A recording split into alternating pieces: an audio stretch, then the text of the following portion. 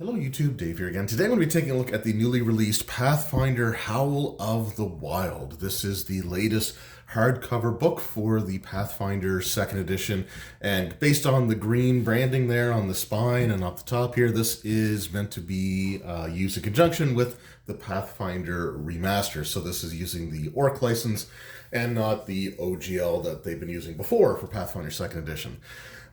Before I get into the video, just a couple things here. Number one, this was sent to me by Paizo for the purposes of doing a video on, so I want to thank them for that. As is always the case with these types of videos, they are not scripting or pre-screening the video or demanding a positive review or else. The opinions that I express are always in these videos 100% completely and totally my own. Also, I'm going to apologize ahead of time here because we are into allergy season here in Nova Scotia. Outside, it almost looked like it was snowing earlier, not because of actual snow, but because of the white dandelion fluff that just is permeating the air right now. It's pretty brutal, and I also had to mow our front yard, so that kicked up some stuff as well. So I'm going to try my best, but right now my sinuses are feeling pretty rough. But yeah, let's just go ahead and get right into this. So Howl of the Wild, this is sort of your bestial, animal-focused expansion for the Pathfinder 2nd edition role-playing game. I would put this book in the same classification as things like Secrets of Magic, or like Book of the Dead, or sort of like those expansion, like those really strongly themed expansion books. Although this is sort of presented the same way that like the core books and stuff are, with like the green spine, instead of just like the unique art that kind of wraps around the entire book there.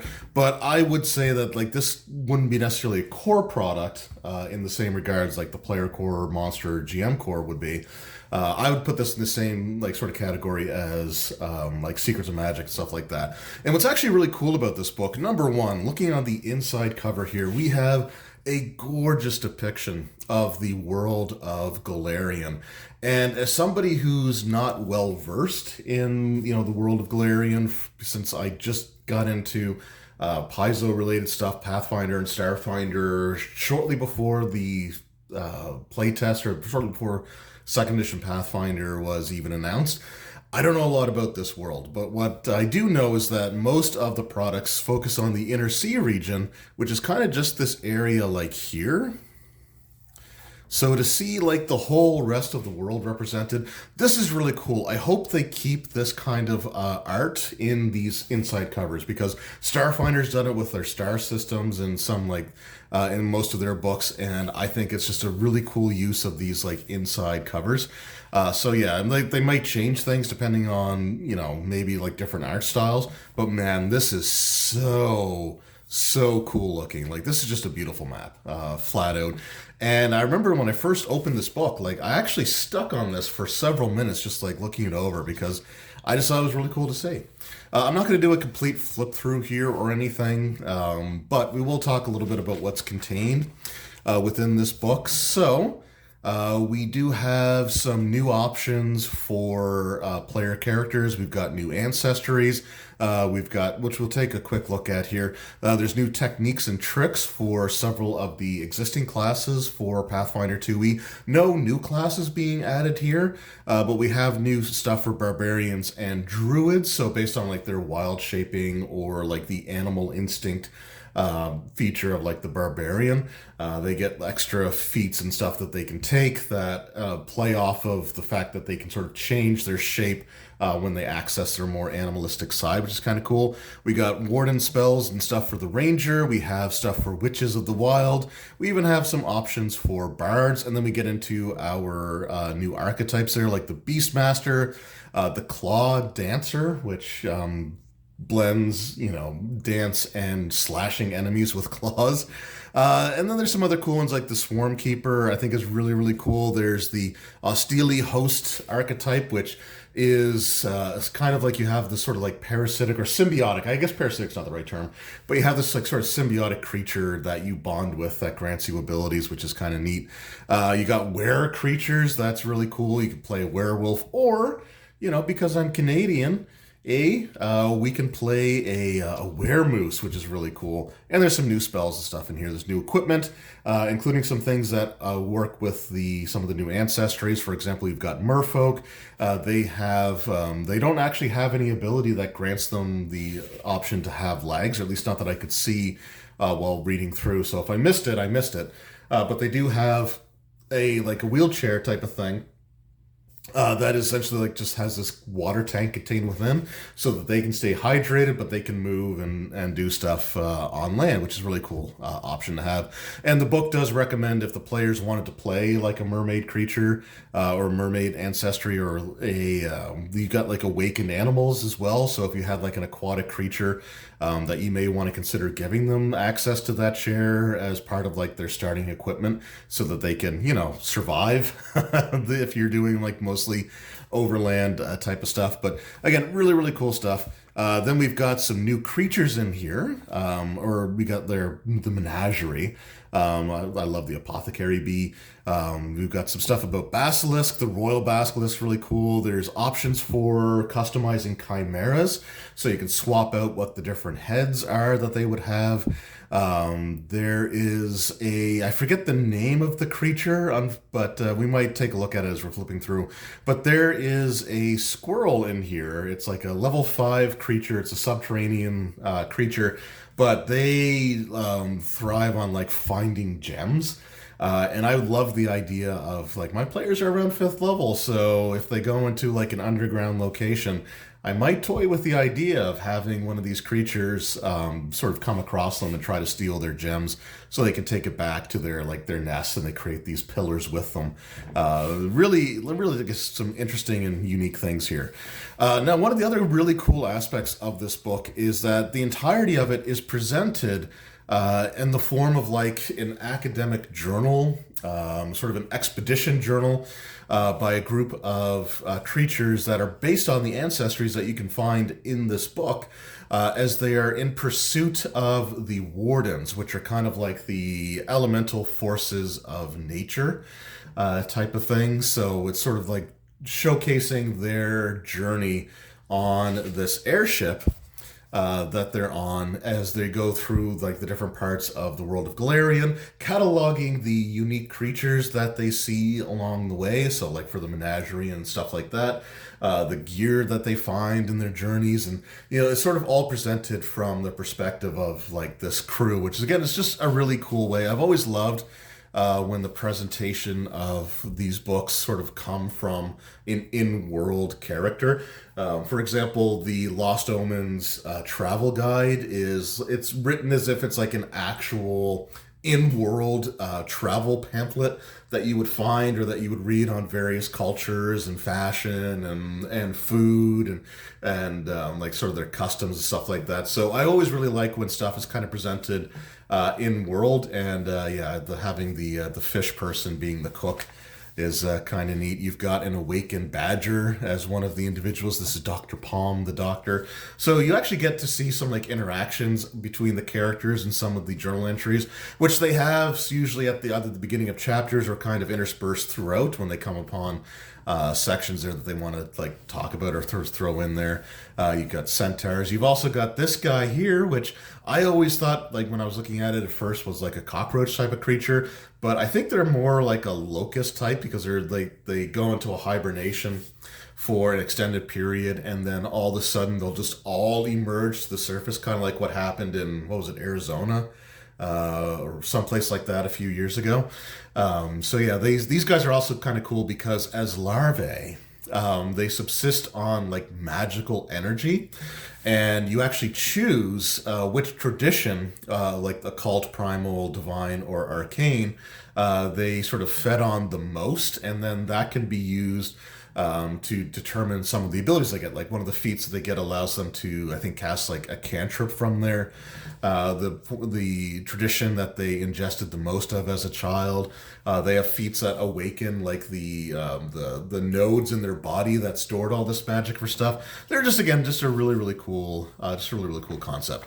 So again, we're not going to go through everything here, but we do have the fish folk here. So we got the the Maru. Again, I hope I'm saying that right. I do try to pronounce things phonetically. So then you've got your awakened animals. And the thing that's really cool about the awakened animals is that they've actually broken them down by, instead of like specific types of animals, like specific like bear, bat, or whatever, you have climbing animal, flying animal, running animal, and swimming animal. And for the flying animal and swimming animal, they have feats that you can choose that you can build off of as you progress through your character development, as you gain levels, that allow you to eventually reach from like being able to fly like 15 feet, but you have to land on the ground at the end of your turn, to being able to fly like 25 feet and then still having to land, or then finally just being able to like have true flight and being able to fly and not necessarily need to land every round. But I mean, look at this. You got an artwork here of like, I guess like a water bending turtle. So that'd be like the Kineticist class from the Rage of Elements. And I mean, again, this is just so cool. I guess I should liken this to Rage of Elements actually, because this is the one that is kind of like the one that goes along with that.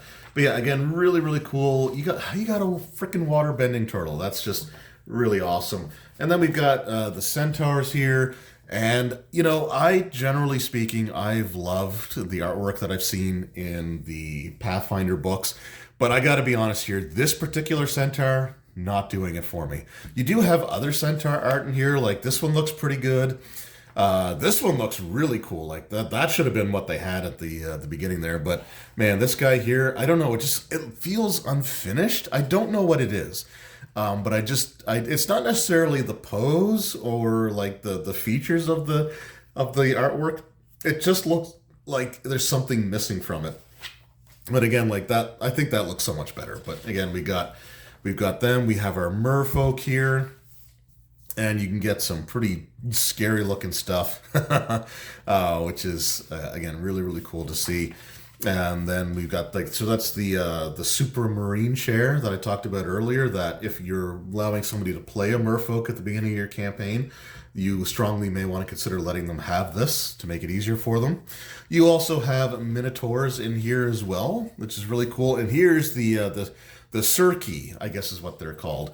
And again, I think these guys are really, really cool. What's also interesting about them is they have their heritages have evolutions attached to them, which you don't gain right away, but there is a feat that you can take called Grand Metamorphosis, which you can take multiple times. You just use it for a different evolution, but you have to be level 9 at minimum to take it, and then you can use it to gain one of the evolutions here. So you don't actually start with the evolutions. They are options that you can unlock if you take the right feat here. And this guy's curled up in a ball and emitting light.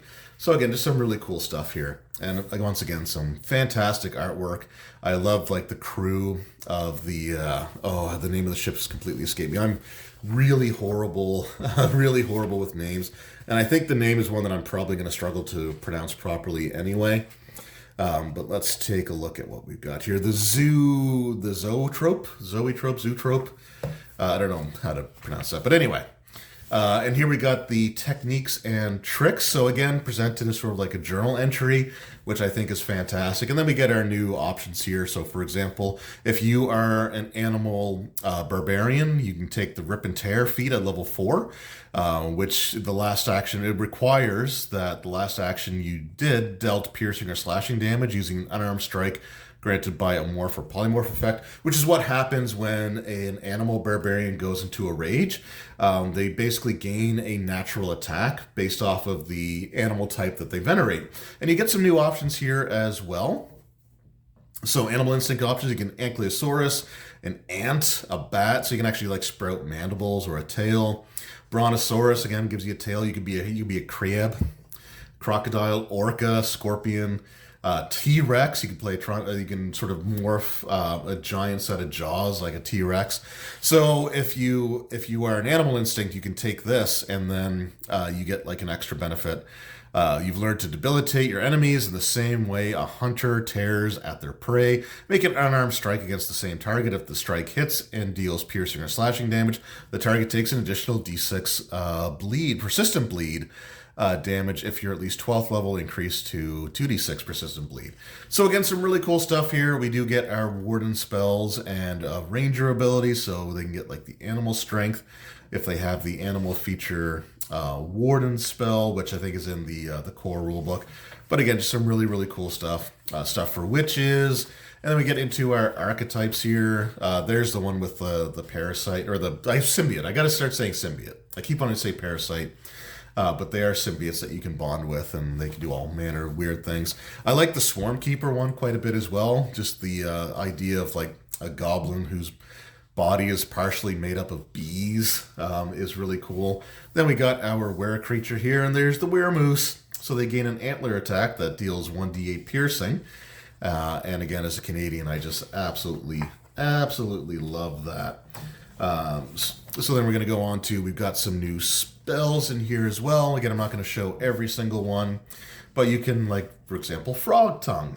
That's a rank 2 spell. It's Primal Tradition. The defense is a basic reflex, and it lasts for a minute. Your tongue extends unnaturally, flicking out toward a creature within range and dealing 2d8 bludgeoning damage. And they give them a basic reflex save. On a failure, the creature is also stuck on the end of your tongue and is off guard, which gives them a -2 to their armor class, and can't move beyond the reach of your tongue. A creature can sever the tongue with a strike that deals at least 10 slashing damage, or attempt an escape against your spell DC. The AC of the tongue is equal to your spell DC. Severing the tongue in this way deals no damage to you, but ends the spell while a creature is stuck to the end of your tongue. Actions you take with the auditory trait take a -2 circumstance, because you can't really talk with your mouth full. But again, really, really cool stuff. Here's our new animal companion. So you get the flying squirrel. He's got a little key in his mouth. The antelope, giraffe, mole, and they got advanced ones here like a giant frog, giant wasp, orca. You've got hippogriffs that you can take.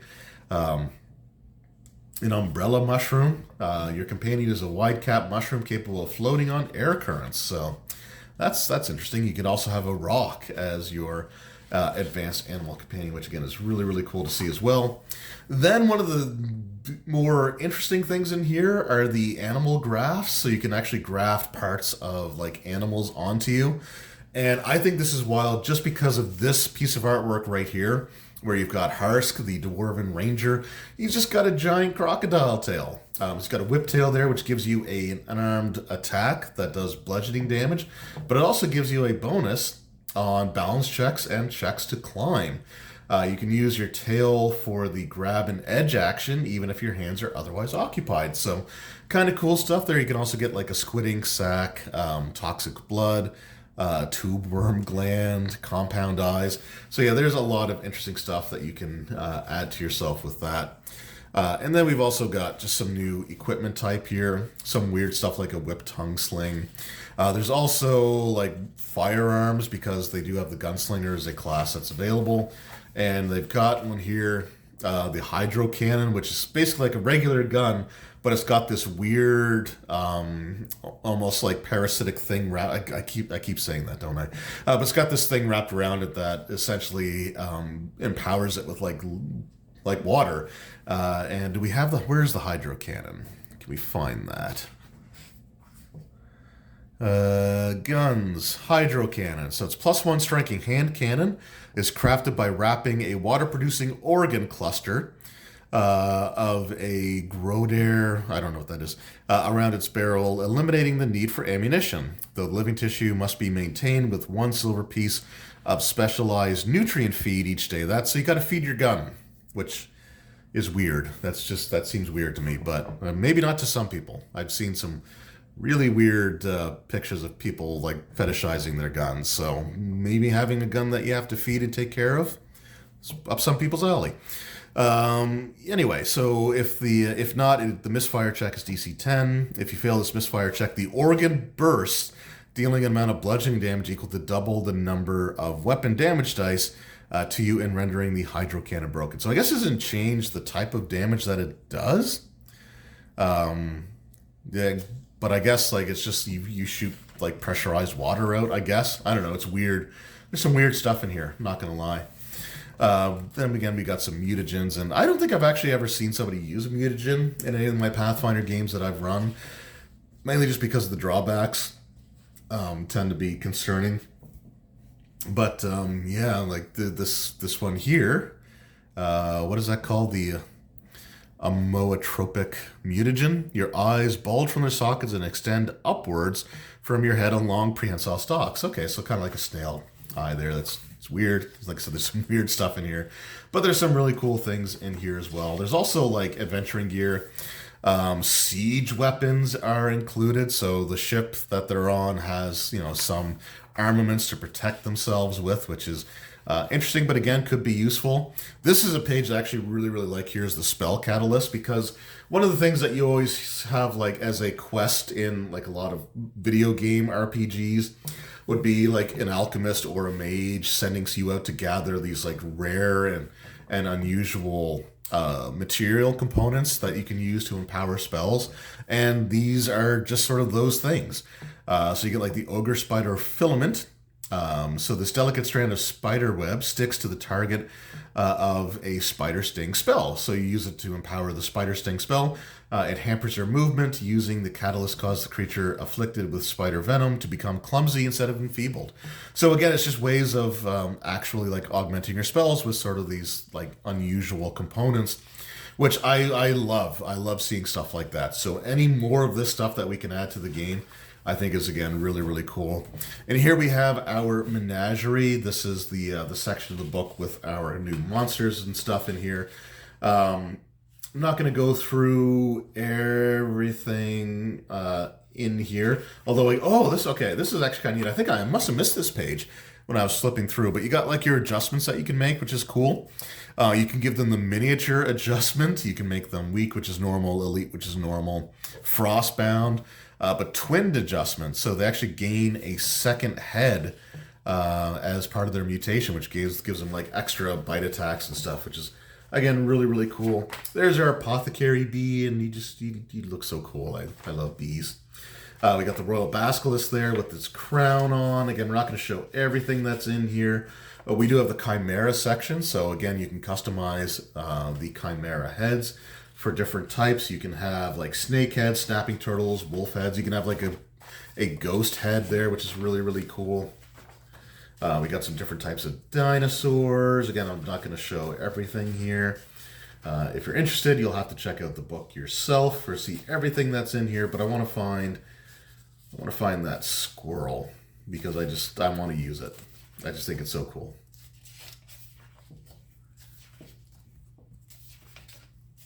Nope, maybe I already missed it. We've also got some hydras in here, which is really cool to see, like new types of hydras, new types of manticores. You got a little marp there, which is an adorable little thing. Different types of sharks. You got the goblin shark, which is awesome. You got the sky fisher. There it is. There it is. So the Taldan cave squirrel. He's got gems in his mouth. He can also like spit the gems out at you as part of like his attack options. And he's got concussive gems, so if he gets a critical hit, you actually become stunned, which I think is really, really cool. Of course, see that like a giant tardigrade. There's like new types of unicorns in here as well. And then we got our were creatures. So there's the weremoose. I mean, that is awesome. Like I said, it's just, I don't know if it's just the Canadian part of me that's kind of obsessed with moose-like options in games, but really, really cool. And then at the end of the book, they do find the wardens. So I'm not going to show all of them here, but the wardens are basically like these giant forces of nature. So we got the warden of caverns and burrows, level 22. So these are like, potentially campaign ending encounters, like something that you would look for throughout the entire campaign. This one has like a lot of fire effects, and they tend to be based off of like the fire, earth, water, and air. So again, we're not going to show everything there. We're going to kind of skip past the rest of them. But again, some really, really cool stuff. And then you actually get like an epilogue about the journey as well. So again, just some more like in-world stuff there, which is really cool. Then you've got your glossary, your creatures by level, your key phrases and keywords that you might need to know. for the game, and you also got the plans for the Zoetrope, Zoo Trap. I don't know. Let me know how I should be pronouncing that. I'm bad at stuff like that.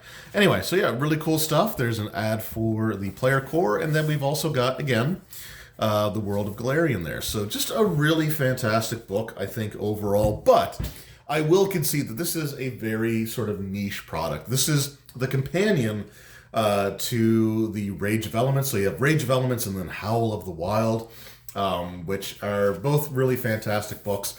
But they are something that, it's something that you would need to want to really explore the options in here. I think this is definitely worth checking out, especially if you are somebody that loves to have like anthropomorphic animals in your game. If you want to play like an awakened animal or a minotaur, like the ancestry options are fantastic. I love the like little cockroach person that like they eat magic when they're growing up, and they can sort of inherently sense magic depending on like the feats that you choose, or they can awaken some of the latent magic that's still within their body to cast cantrips and stuff with. Again, just some really cool things. The monster options are the things that I would be using the most, obviously, as a game master. But man, just the ability to like really customize the different types of chimera is so cool. Like it just adds so much to like have an encounter with a chimera, but it's not the standard like goat, lion, and dragon head. Instead, you've got like the ghostly apparition of an animal, like sort of like in the center, and then you can have like a snapping turtle and like an enclave or enclave or however they pronounce it in Pathfinder 2nd Edition, which has like the acid spit. So there's just all kinds of stuff that you can do with that. The hydras are really, really cool. I love the hydra artwork in Pathfinder 2nd Edition. So this is a really, really well done book with, again, fantastic presentation. I love the in-world like journal style presentation of like these characters on their quest, and these are the things that they've seen along their way on their journeys. I think that's really, really cool. The wardens, these primal forces of like animalistic elemental, like those are really awesome creatures that I think I would have a lot of fun designing a campaign around. But yeah, this is, again, it's a really cool book. It is a bit of a niche concept, so you have to sort of like bear that in mind. But there's a lot of cool stuff. If like some of the options in here, like the Beastmaster option, the new animal companions that you can have in this book as well are fantastic. If you wanted to be able to play a lycanthrope, a were creature, like that's an option that exists in here with the archetype. And the were creature archetype has a ton of feats associated with it, because some of them are going to be obviously specific to the different types, but you get so many like options that you can sort of choose with that. A really great book, again, a niche concept, which may not be for everybody, but if this is the kind of stuff that you're interested in with your fantasy settings, this book is so good. I really enjoyed flipping through it and finding the different things. Like I just found the squirrel picture today, and I was like looking at like, why has the squirrel got gems in his mouth? And then I just fell in love with the idea, like these things burrow and they search for gems, and they can sort of detect gems. They'll sort of try to go to them. I love, because a lot of players will convert their wealth into gems because it's easier to transport. But now it becomes like almost like a buffet for these things. And then they take them back to their burrow, and they use them to create like these like intricate looking pillars that they have that artisans and stuff are trying to recreate, but frustratingly enough can't. There's just a lot of depth to what they present in this book. So some really cool options, some really great expansions on things in the game. The nature-themed class options that we've seen with the barbarian, the druid, and the ranger and witch specifically, they get some new options in here as well. So there's a lot of great things in here. If you're interested, check this out at your local game store or wherever it is that you purchase your gaming supplies. So once again, I want to thank Paizo for sending this book to me for review purposes. I really do appreciate it, and I appreciate each and every one of you taking time out of your day to watch this video. It really does mean the world to me, and I hope to see you all in the next one. Until then, take care.